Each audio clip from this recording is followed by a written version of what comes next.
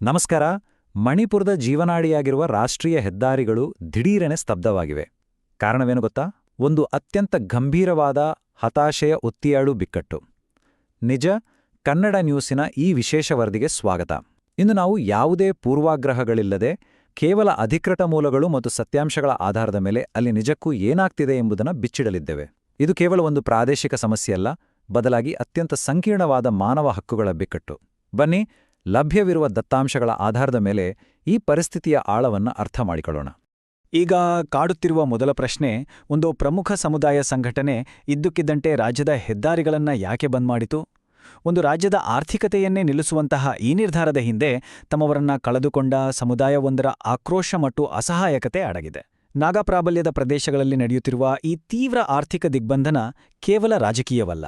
ಇದು ಶುರುವಾಗಿದ್ದಾದರೂ ಹೇಗೆ ಅಂತ ತಿಳಿಬೇಕಾದ್ರೆ ನಾವು ಸ್ವಲ್ಪ ಹಿಂದಕ್ಕೆ ಹೋಗಿ ಕೆಲವು ದಿನಗಳ ಹಿಂದಿನ ಘಟನೆಗಳನ್ನು ನೋಡಬೇಕಾಗ್ತದೆ.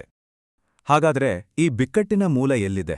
ನಾವು ಮೇ 13ರ ಆ ದುರಂತಗಳ ಕಡೆಗೆ ಒಮ್ಮೆ ಕಣ್ಣಾಯಿಸೋಣ. ಇಲ್ಲಿ ಘಟನಾವಳಿಗಳ ಕಾಲಾನುಕ್ರಮ ಬಹಳ ಮುಖ್ಯ. ಎಲ್ಲವೂ ಶುರುವಾಗಿದ್ದು ಮೇ 13ರಂದು. ಅಪರಿಚಿತ ಬಂದೂಕುಧಾರಿಗಳು ಥಾಡೋ ಬುಡಕಟ್ಟು ಜನಾಂಗದ 3 ಚರ್ಚ್ ಮುಖಂಡರನ್ನು ಹತ್ಯೆ ಮಾಡ್ತಾರೆ. ಇದರ ಬೆನ್ನಲ್ಲೇ ಪರಿಸ್ಥಿತಿ ಕೈಮೀರ್ತದೆ. ಪ್ರತೀಕಾರವಾಗಿ ಉಗ್ರರು ಕುಕಿ, ಝೋಮೋ ಮತ್ತು ನಾಗಾ ಸಮುದಾಯಗಳ 40ಕ್ಕೂ ಹೆಚ್ಚು ಜನರನ್ನು ಅಪಹರಿಸ್ತಾರೆ. ಮೇ 15ರಂದು ಒಂದು ಸಣ್ಣ ಆಶಾಭಾವನೆ ಮೂಡ್ತದೆ. ಅಪಹರಣಕಾರರು 28 ಜನರನ್ನು ಬಿಡುಗಡೆ ಮಾಡ್ತಾರೆ. ಆದರೆ ಉಳಿದವರ ಕಥೆಯೇನು? ಯುನೈಟೆಡ್ ನಾಗಾ ಕೌನ್ಸಿಲ್ ರಾಜ್ಯ ಸರ್ಕಾರಕ್ಕೆ ಶನಿವಾರ ಮಧ್ಯಾಹ್ನ 2 ಗಂಟೆಯ ಗಡುವು ನೀಡ್ತದೆ. ಕಾರ್ಯಾಚರಣೆಯ ಭರವಸೆ ಸಿಕ್ಕಿದ್ರಿಂದ ಅದನ್ನು ಭಾನುವಾರ ಸಂಜೆ 6ರವರೆಗೆ ವಿಸ್ತರಿಸಲಾಗುತ್ತದೆ. ಆ ಗಡುವು ಮುಗಿದ ತಕ್ಷಣವೇ ಈ ದಿಗ್ಬಂಧನ ಶುರುವಾಗುತ್ತೆ. ಈಗ ಒತ್ತೆಯಾಳುಗಳ ಪ್ರಸ್ತುತ ಸ್ಥಿತಿಗತಿ ಹೇಗಿದೆ ಅಂತ ನೋಡೋಣ. ಈ ಅಂಕಿಅಂಶಗಳನ್ನ ಸ್ವಲ್ಪ ಗಮನವಿಟ್ಟು ನೋಡಿ. ಆರಂಭದಲ್ಲಿ ಅಪಹರಣಕ್ಕೊಳಗಾದ 40ಕ್ಕೂ ಹೆಚ್ಚು ಜನರಲ್ಲಿ ಯಾವ ಸಮುದಾಯದವರು ಎಷ್ಟು ಮಂದಿ ಅಂತ ಯಾರಿಗೂ ಖಚಿತವಾಗಿ ತಿಳಿದಿರಲಿಲ್ಲ. ಮೇ 15ರಂದು ಅಪಹರಣಕಾರರು ಬಿಡುಗಡೆ ಮಾಡಿದ್ದು 28 ಜನರನ್ನು. ಅದರಲ್ಲಿ ಕುಕೀಜೋ ಮತ್ತು ನಾಗಾ ಸಮುದಾಯದ ತಲಾ 14 ಜನರಿದ್ರು. ಈ ಸಮಾನ ಸಂಖ್ಯೆ ಗಮನಾರ್ಹ ಅಲ್ವಾ? ಆದರೆ ಆತಂಕದ ವಿಷಯ ಏನಂದ್ರೆ, ಇನ್ನೂ 20 ಜನರು ನಾಪತ್ತೆಯಾಗಿದ್ದಾರೆ. ಇವರಲ್ಲಿ 14 ಮಂದಿ ಕುಕೀಜೋ ಸಮುದಾಯದವರಾದರೆ 6 ಮಂದಿ ನಾಗಾ ಸಮುದಾಯದವರು. ಈ ಸಂಘರ್ಷದ ಬೇಗೆಯಲ್ಲಿ ಎರಡೂ ಸಮುದಾಯಗಳು ಬೆಂದು ಹೋಗಿವೆ. ಇಲ್ಲಿ ಎದ್ದು ಕಾಣುತ್ತಿರುವ ಪ್ರಮುಖ ಸಂಖ್ಯೆ 14. ಕುಕೀಜೋ ಸಂಘಟನೆಗಳ ಪ್ರಕಾರ ಅವರ ಸಮುದಾಯದ 14 ಮಂದಿ ಇನ್ನೂ ಅಪಹರಣಕಾರರ ವಶದಲ್ಲಿದ್ದಾರೆ. ಇದರಲ್ಲಿ ಕರುಳು ಹಿಂಡುವ ವಿಷಯ ಏನಂದ್ರೆ, ಈ 14 ಜನರಲ್ಲಿ 3 ಮುಗ್ಧ ಮಕ್ಕಳಿದ್ದಾರೆ. ಹೌದು, 3 ಅಪ್ರಾಪ್ತರು ಈ ಬಿಕ್ಕಟ್ಟಿಗೆ ಬಲಿಯಾಗಿದ್ದಾರೆ ಅನ್ನೋದು ಪರಿಸ್ಥಿತಿಯ ಗಂಭೀರತೆಯನ್ನ ಇನ್ನಷ್ಟು ಹೆಚ್ಚಿಸಿದೆ. ಹಾಗೆಯೇ ಈ ಸಂಖ್ಯೆ 6 ಕೂಡ ಅಷ್ಟೇ ಮುಖ್ಯ.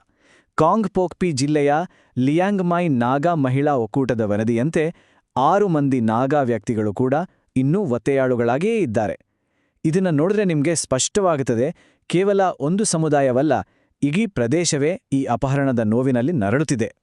ಇದೆಲ್ಲದರ ನಡುವೆ ಆ ಕಳೆದುಹೋದ ಜೀವಗಳ ಕುಟುಂಬಗಳು ಮಾಡಿರುವ ಒಂದು ಹೃದಯಸ್ಪರ್ಶಿ ಮನವಿಯ ಬಗ್ಗೆ ತಿಳಿಯೋಣ.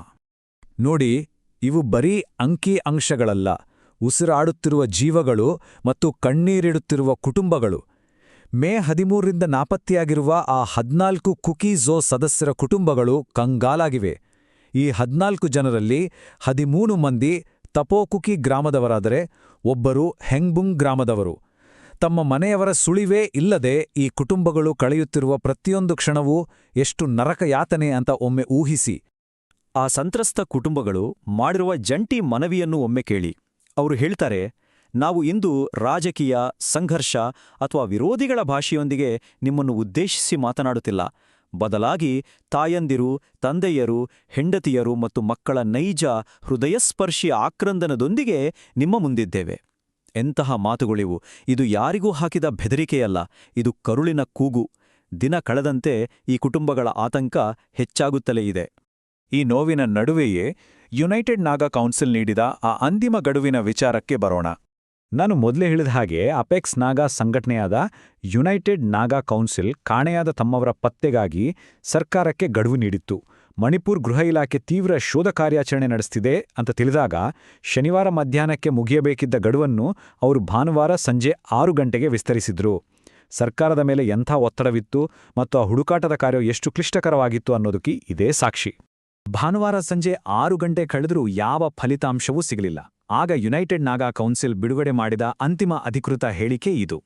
ಈ ಪರಿಸ್ಥಿತಿಯ ಹಿನ್ನೆಲೆಯಲ್ಲಿ ನಾಗಾ ಒತ್ತೆಯಾಳುಗಳನ್ನು ಸುರಕ್ಷಿತವಾಗಿ ರಕ್ಷಿಸಿ ಬಿಡುಗಡೆ ಮಾಡುವವರೆಗೆ ತಕ್ಷಣದಿಂದ ಜಾರಿಗೆ ಬರುವಂತೆ ಮಣಿಪುರದ ನಾಗಾ ಪ್ರದೇಶಗಳಲ್ಲಿನ ರಾಷ್ಟ್ರೀಯ ಹೆದ್ದಾರಿಗಳಲ್ಲಿ ಅಂತರ್ಜಿಲ್ಲಾ ಆರ್ಥಿಕ ದಿಗ್ಬಂಧನವನ್ನು ಪ್ರಾರಂಭಿಸಲು ನಾವು ಬದ್ಧರಾಗಿದ್ದೇವೆ. ಈ ಒಂದೇ ಒಂದು ನಿರ್ಧಾರ ಇಡೀ ರಾಜ್ಯದ ಆರ್ಥಿಕತೆಯನ್ನು ಮತ್ತು ಜನಸಾಮಾನ್ಯರ ಬದುಕನ್ನು ಅಲ್ಲೋಲಕಲ್ಲೋಲ ಮಾಡಿದೆ. ಈಗ ಈ ಇಡೀ ವರದಿ ನಮ್ಮನ್ನೆಲ್ಲ ಒಂದು ದೊಡ್ಡ ಪ್ರಶ್ನೆಯೊಂದಿಗೆ ಬಿಟ್ಟುಹೋಗ್ತದೆ.